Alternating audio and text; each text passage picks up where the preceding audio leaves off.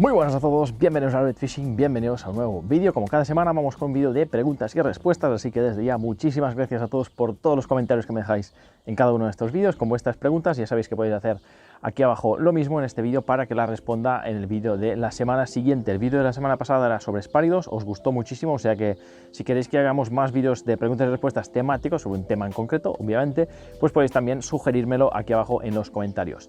Muchas gracias también por todos los likes que dejáis en los últimos vídeos, que son muchísimos, así yo sé que os gustan y pues bueno, damos más motivación a seguir haciendo estos vídeos, o sea que muchísimas gracias por ello también. Antes de empezar, tenemos noticias en cuanto a cuándo podremos ir a pescar. Al parecer, cuando estoy grabando esto, a lo mejor de aquí a mañana, que es cuando voy a subir el vídeo, ya ha cambiado la cosa, pero al parecer ahora mismo, en principio, a partir del final de mayo podremos ir a pescar. Mucha gente pensaba o me preguntaba si sería a partir del día 2, evidentemente a todos os respondí que no lo sabía, porque no lo sabía.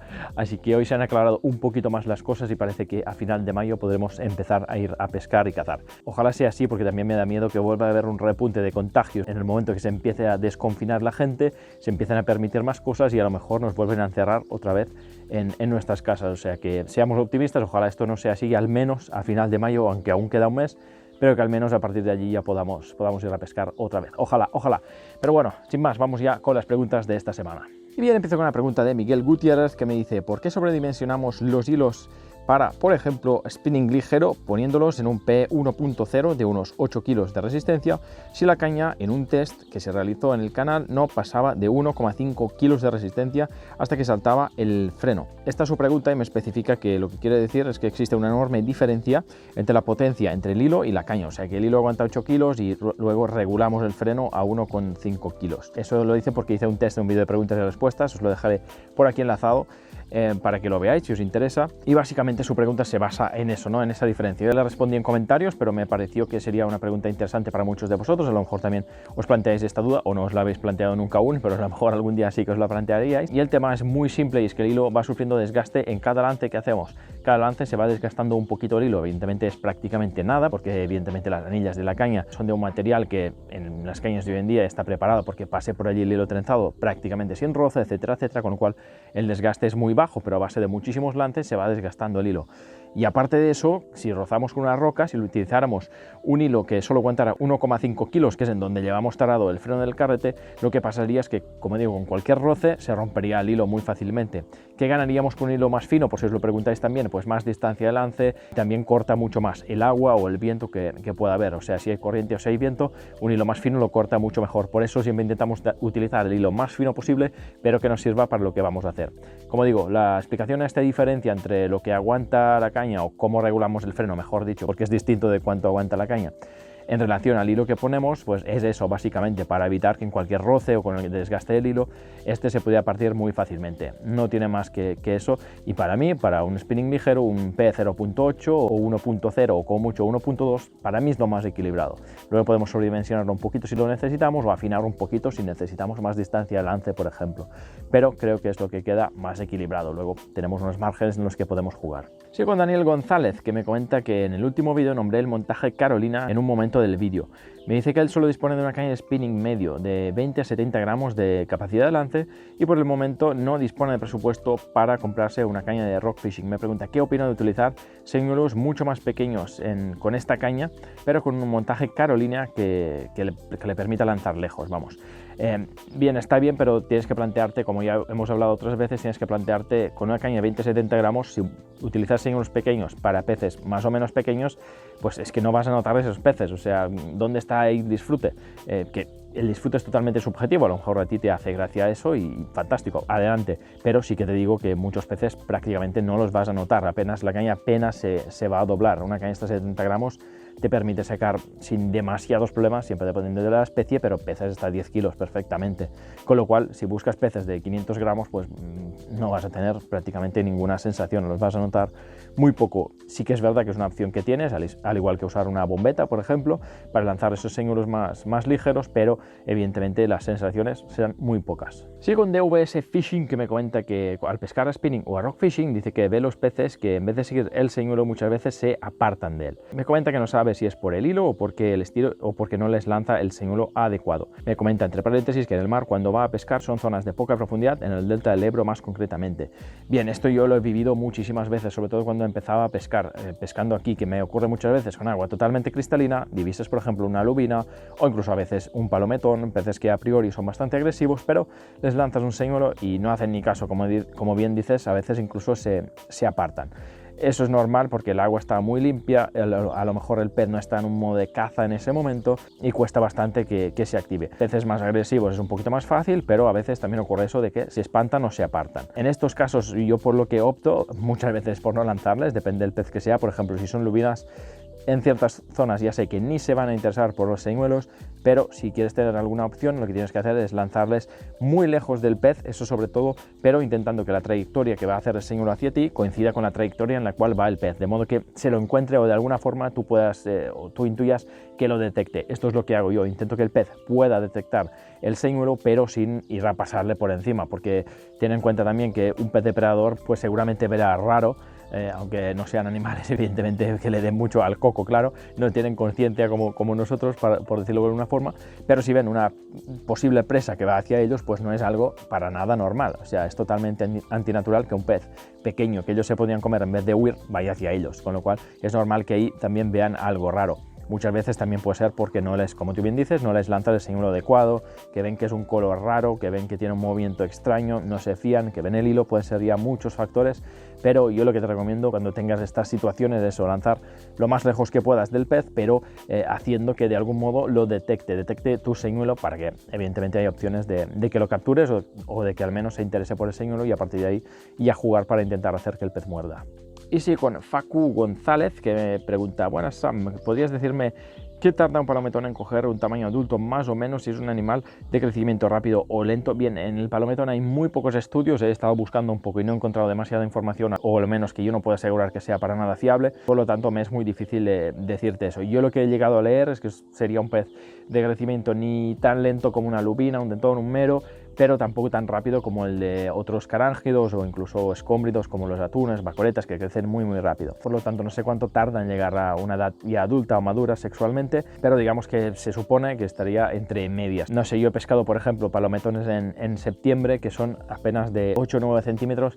Intuyo que son palometones que han nacido ese año y tienen tan solo unos meses, con lo cual, entre lo que yo he visto y lo que he podido leer por ahí en internet, pues parece ser que a lo mejor en un par de años pueden llegar a ser peces de entre 1 kilo, kilo y medio, 2 kilos, pero ya te digo, la información es muy difusa y esto es por una razón muy simple, y es que el palometón no es un pez de interés comercial y por lo tanto no se hacen estudios sobre él. De ahí que, por ejemplo, empezáramos a marcar los peces ya hace unos cuantos años en uno de estos estudios que se dedica básicamente a eso, a intentar averiguar un poco más sobre distintas especies de peces que en gran parte tienen muy pocos estudios realizados para saber más sobre ellos. Evidentemente toda la información es buena para luego aplicar leyes sobre las tallas mínimas, etcétera, etcétera, y de ahí sale el tema de marcar los peces, como te comentaba, por ejemplo. Pero, como te digo, hay muy poca información y esto es todo lo que yo te puedo decir y tampoco es muy fiable, la verdad. Más de ciencia me pregunta: a la hora de recoger el señuelo y moverlo en el agua dentro del gran abanico de técnicas, ¿sueles emplear la misma? Me pregunta. Pequeños movimientos erráticos es lo que suele verse en tus vídeos y parece que te funciona genial. Sí, normalmente intento hacer movimientos erráticos porque creo que es más fácil o siempre me ha funcionado mejor para incitar a los peces a morder que en una recogida más lineal. Pero luego tienes señuelos como el fil, por ejemplo, que es para ello y también me ha funcionado bien con recogidas lineales. Pero lo que hago muchas veces es ir probando. Si se ven en mis vídeos más recogidas erráticas, seguramente es precisamente porque me funcionan mejor. Evidentemente lo que más veis en los vídeos es las recogidas en los que saco peces. En donde no saco peces, evidentemente estoy omitiendo muchísimas de ellas para que el vídeo no sea aburrido, obviamente. O sea que sí, yo intento que sean movimientos más bien erráticos y a la vez lo que hago es que me sean cómodos también. Esto es algo que te recomiendo bastante, porque si tienes que estar todo el tiempo pensando en hacer recogidas erráticas que te sean incómodas, que te cueste hacer, es mucho más fácil que te canses, que te aburras, que te frustres, etcétera, etcétera. O sea que intento que sean erráticas, pero a la vez cómodas para mí para estar pescando muchas horas. Tienes señuelos como los minnows, por ejemplo, que ya de por sí vibran muchísimo sin tú hacer nada más que recoger, pero a mí me gusta añadirle pues esos toques de puntera que hacen que tenga como algo más de vida el señuelo, que parezca que es un pez que está herido, etcétera, etcétera. O sea, al final lo que intentamos es que el pez artificial que estamos usando sea atractivo para los peces que estamos buscando, y siempre va a ser más atractivo un pez que está herido, que parece que tiene problemas para nadar, porque va a ser más fácil fácil de atrapar para el depredador y al final eso se transforma en obtener más calorías, que sería como el dinero en la naturaleza. Lo que para nosotros era el dinero en la naturaleza sería como las calorías, o sea que si puedes gastar menos y conseguir más, pues mucho mejor, ¿no? Es como funcionan al final gran parte de los animales depredadores en general. O sea que un pez que esté herido, como es más fácil de atrapar, supone menos gasto de calorías y el balance que tienes con las calorías que obtienes por las que inviertes, pues es mejor, con lo cual suele ser más atractivo para los peces. Miguel Bruña me pregunta qué sé sobre los nanofilamentos. Bien, si te refieres a algunos como el Nanofil, por ejemplo, de Berkeley, que es una marca en concreto que hace el Nanofil, yo lo he estado utilizando bastante, con lo cual tengo algo de experiencia en él. Te puedo decir que prefiero un trenzado normal, un PE japonés, por ejemplo, antes que el Nanofil. El Nanofil está 100% hecho en Dyneema, se supone que es bastante más resistente. El Dyneema, por si no sabéis lo que es, hay muchos trenzados construidos con esta fibra, muchos otros dicen estarlo y yo no estoy tan seguro de que lo estén, pero en teoría el Dyneema es una marca registrada, simplemente es un tipo de polímero fabricado en base a polietileno y se supone que es la fibra más resistente que existe. Esto lo dice la propia marca, la marca de Dyneema. No sé si es cierto o no. Como te digo, el Nanofil está totalmente 100% construido en este material y se supone que también es muy resistente. Yo te puedo decir que la resistencia al nudo me ha dado la sensación de que es bastante inferior a la de otros trenzados de similar diámetro. La verdad es que el tacto es algo distinto a los trenzados habituales porque bueno, tiene un proceso de fabricación bastante distinto. No es un monofilamento, no es un hilo trenzado tampoco, con lo cual tiene un tacto algo rígido, pero que tampoco va mal para pescar. O sea, de hecho el palometón más grande que sacaba Rock Fishing, que no sé cuánto pesaría, medía entre 70 y 80 centímetros, lo saqué con este tipo de hilo. En ese caso era 0,08 milímetros de grosor. La verdad es que era bastante fino y tuve que ir con muchísimo cuidado, tardé bastante en sacar ese pez, yendo muy despacio, por suerte en una zona de playa, y aún así no fue nada fácil. Como te digo, si a mí me hubiera funcionado muy bien, lo seguiría utilizando y no es el caso. Prefiero trenzados como los PE japoneses, por ejemplo. La aplicación que sí le veo que podría llegar a ser interesante sería para una pesca muy ligera, en la cual no requiramos de demasiado esfuerzo por parte del hilo, ya sea en cuanto a resistencia a la tracción o resistencia a la abrasión, que creo que es donde más pecaba, si no recuerdo mal, este hilo. En resistencia a la abrasión era bastante fácil de partir con los roces, con lo cual creo que podría llegar a ser interesante para usar en los diámetros más finos y pescas muy ligeras, como podría ser tal vez el edging, aunque para el edging se suelen utilizar más bien líneas construidas en poliéster, y porque ello tiene sus ventajas también, con lo cual no sé hasta qué punto nos podría servir para ello. Te puedo decir que también que el Nanofil está en diámetros incluso de 0,02 milímetros, yo lo he tenido en las manos, la verdad es que es como parece un cabello humano, o sea, es súper fino, y la verdad no sé exactamente qué aplicación tiene que ser para una pesca exageradamente ligera. Ya seguimos con pesca ligera. Me hace esta pregunta Paqui Sevilla, que me dice qué pienso sobre que se creara un equipo más ligero que el de Rock Fishing. Me dice que se refiere a carretes más ligeros que el tamaño 1000 y cañas aún de más sensibilidad. Bien, no sé si sabes que hay cañas, las que son para edging en concreto, creo que hay alguna, he llegado a ver alguna hasta 1 gramo o hasta 1,5 gramos, o sea, esto es mucho más ligero que Rock Fishing. No las he probado nunca, la verdad es que me gustaría, pero en cuanto a los carretes les veo algunas desventajas, como por ejemplo si hacemos la bobina más pequeña penalizamos muchísimo el lance. Luego también si vamos a lanzar solo pesos de 1 gramo o incluso inferiores, pues también se nos complica bastante el tema, porque ya no hay suficiente peso para coger inercia y lanzar a cierta distancia. O sea, llega un punto que aunque hagas el equipo más ligero, pesos tan pequeños ya cuestan muchísimo lanzar. 1 gramo se puede lanzar bastante bien con hilos muy finos y cañas de Rock Fishing. Que nadie piense que no, tampoco, pero en cuanto al carrete es donde veo algunas desventajas, como por ejemplo esa: si hacemos una bobina con un diámetro más pequeño penalizamos mucho el lance, con lo cual equipos más ligeros de los que ya existen creo que tampoco hacen falta. En cuanto al tamaño 1000 de carretes que me comentas, también es verdad que están los 500 y 750 de Shimano. No sé si aún se fabrican, pero había varios modelos como el Symetre, por ejemplo, que se fabricaba incluso en tamaño 500, con lo cual puede ser una buena opción si tú en tu caso buscas un equipo aún más ligero que el que usamos normalmente para Rock Fishing.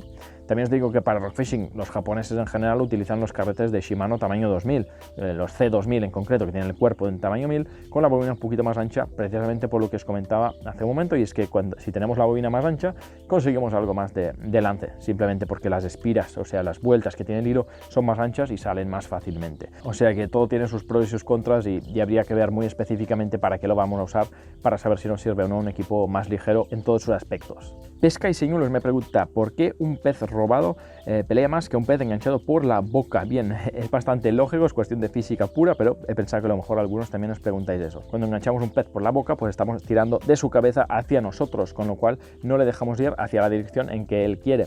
Cuando enganchamos un pez, por ejemplo, por el lomo o por la cola, el pez puede mantenerse en dirección opuesta a nosotros y tirar hacia esa dirección, cosa que si lo tiramos de la boca, pues le hacemos girar la cabeza al final y lo hacemos venir hacia nosotros, ya que el pez para atrás no puede ir, o no tiene tanta potencia, evidentemente, para ir para atrás como para ir para adelante, con lo cual básicamente es por eso. Si enganchas el pez por el lomo, él puede mantener su cabeza hacia donde quiere ir, o sea, con la cola detrás, que le impulsa para ir en dirección contraria a la que nosotros tiramos, que es lo que tienden a hacer los peces. O sea, esto ocurre, no creo que porque los peces sepan que hay una persona humana que está tirando de ellos, sino que básicamente notan una fuerza que les está haciendo ir hacia un lado y pues intentan ir hacia otro, ni más ni menos, pero la razón por la que tira más es simplemente esa cuestión de física pura. Sí, una pregunta de Víctor Rodríguez, que me dice que está pensando en comprar el carrete Shimano Siena, el último que salió, y me pregunta si creo que podría valer, si lo podría usar para el hilo trenzado con este carrete. Bien, he cogido esta pregunta porque seguramente muchos también os lo preguntáis, que no tenéis un presupuesto para comprar un carrete de gama alta, cosa que tampoco hace falta, simplemente es ganar comodidad y durabilidad normalmente, con lo cual carretes mucho más baratos nos sirven perfectamente para pescar, como es el caso del Shimano Siena, por ejemplo. Yo no lo he probado, y menos aún el último modelo, pero sí te puedo decir que he puesto hilo trenzado en los carretes más baratos que tiene Shimano. Empecé haciendo rock fishing con un Hyperloop, que si lo buscáis costaba en su momento 19 euros, o sea que empecé con ese carrete y en ese carrete le puse trenzado y no tuve problemas. No sé si habrá evolucionado hacia mejor o hacia peor, espero que no hacia peor, pero de ser el caso que simplemente se mantenga el tipo de recogida que hace el carrete, pues no te debería dar problemas en cuanto a utilización de trenzado. También te digo que puede depender del tamaño, yo te estoy hablando de un carrete de tamaño 1000, no sé si a lo mejor en un carrete más grande y hilos más gruesos pues te da más problemas, pero no debería ser así, debería ser el contrario, porque en el hilo más grueso es más complicado que te haga pelucas, etcétera. Pero todo depende de cómo bobine el hilo el carrete. No me sé las especificaciones de todos los carretes de memoria, obviamente. La verdad es que en el catálogo no he visto nada sobre el tema, o sea que tampoco te puedo decir 100% que te sirva sí o sí, pero sí que te doy mi experiencia, que en los carretes de gama más baja los he utilizado con trenzado sin demasiados problemas.